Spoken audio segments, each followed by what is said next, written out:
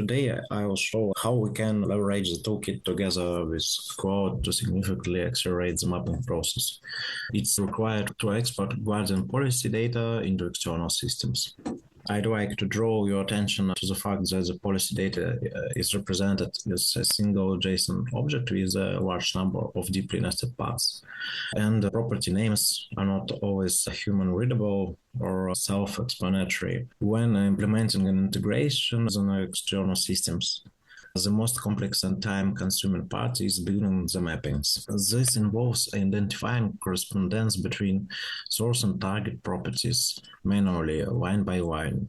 This requires manually analyzing the source schema that contains the data, which is hardly effort and time intense. What you see here is the result of that kind of manual work, an Excel file containing mappings created by hand. Our tool significantly accelerates this process by leveraging vectors stored in Quadrant, semantic search, and due to Claude's context limitation, it's not feasible to process all mappings in a single request. However, we can provide a list of properties, and Claude will use our semantic search tool backed by Quadrant, where schema properties are already indexed. Through our MCP server, Claude can query this vector store and retrieve the most semantically relevant schema path.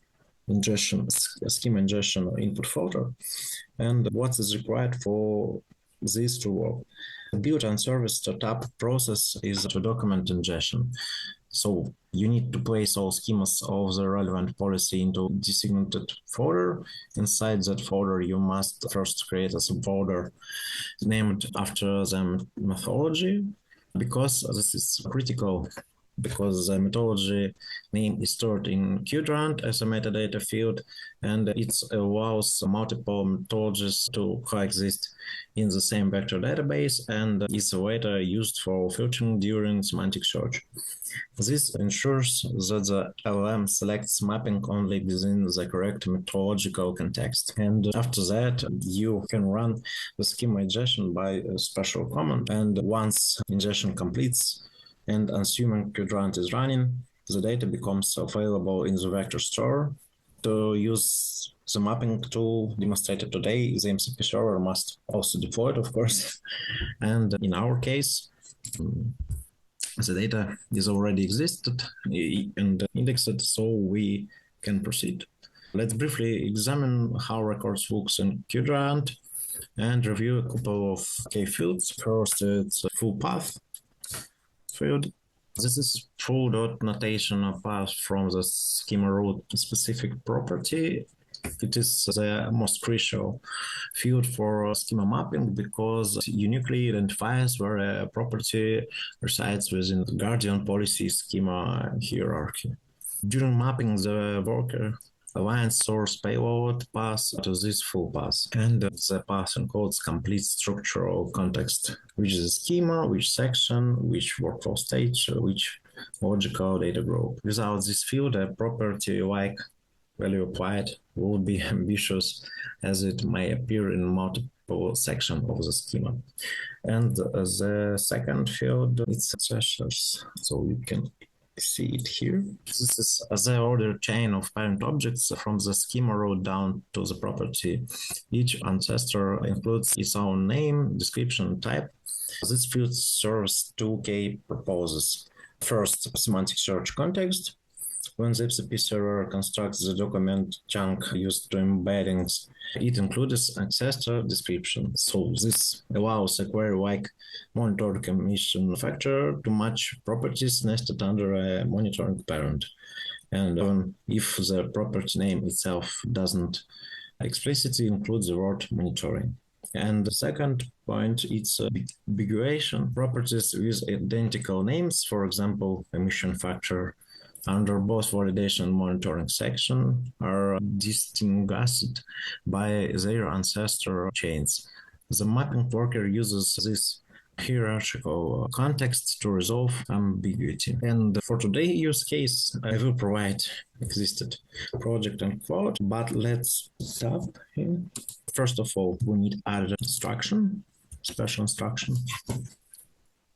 I past prepared instruction for this case. I'd like to highlight several key methodological aspects of this instruction. First, it's step number 2.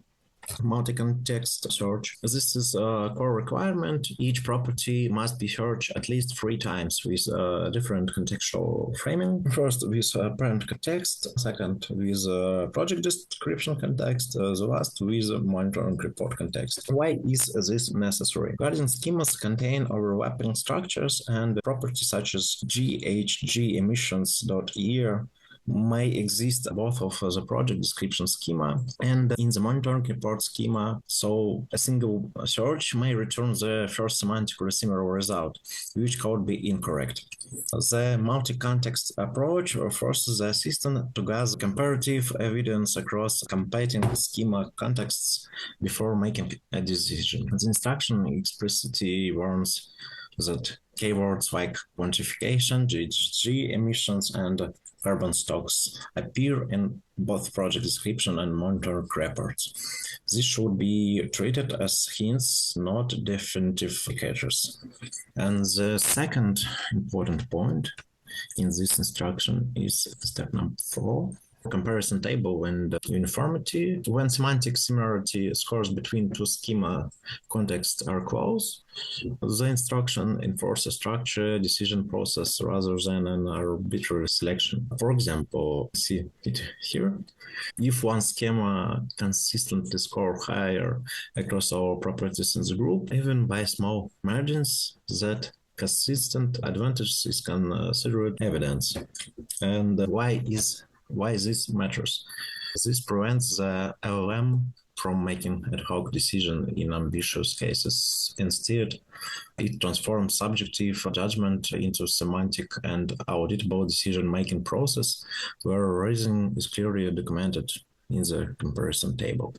Let's save instructions. And also tools like extended thinking. And at this point, we save the project instruction and can start using our chat, new chat. Let's select several paths from Excel file, which I showed earlier, and initiate the mapping process. So first of all, we can also check the state of our collection in Quadrant. Let's send first query. Check the schema index status. Yes. Yeah. Now we see the result. The Guardian schema index is fully operational and ready for search. So now let's select several paths from Excel file. I don't know, for example, this path, a very long, deeply nested path, insert in our chat and ask code with the MCP tool to find, so we can see steps which executed by Claude in our MCP tools.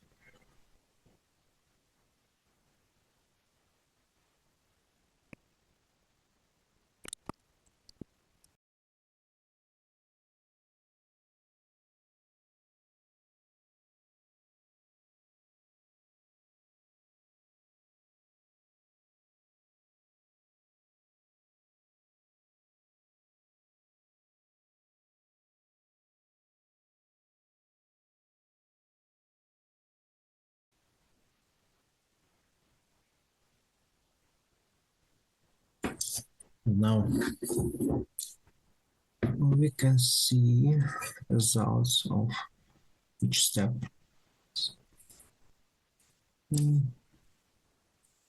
Here you can see a score from semantic search in this table.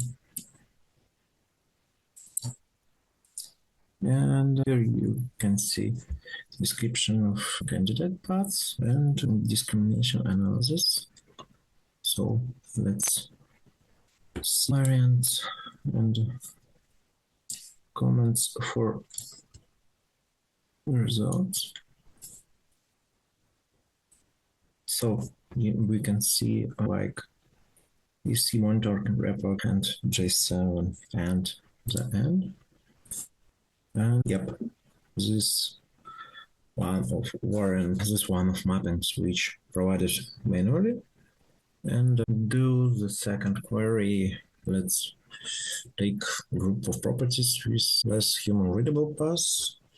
Don't know which exactly. For example, let's take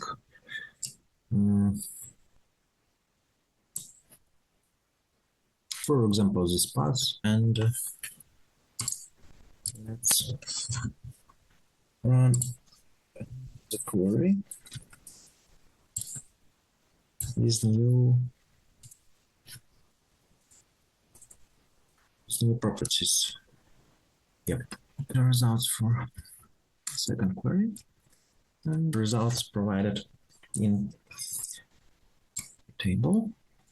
So let's try to copy this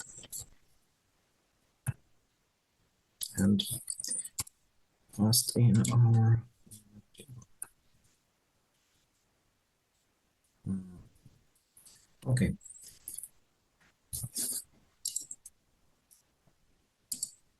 Insert several rows and copy our results in this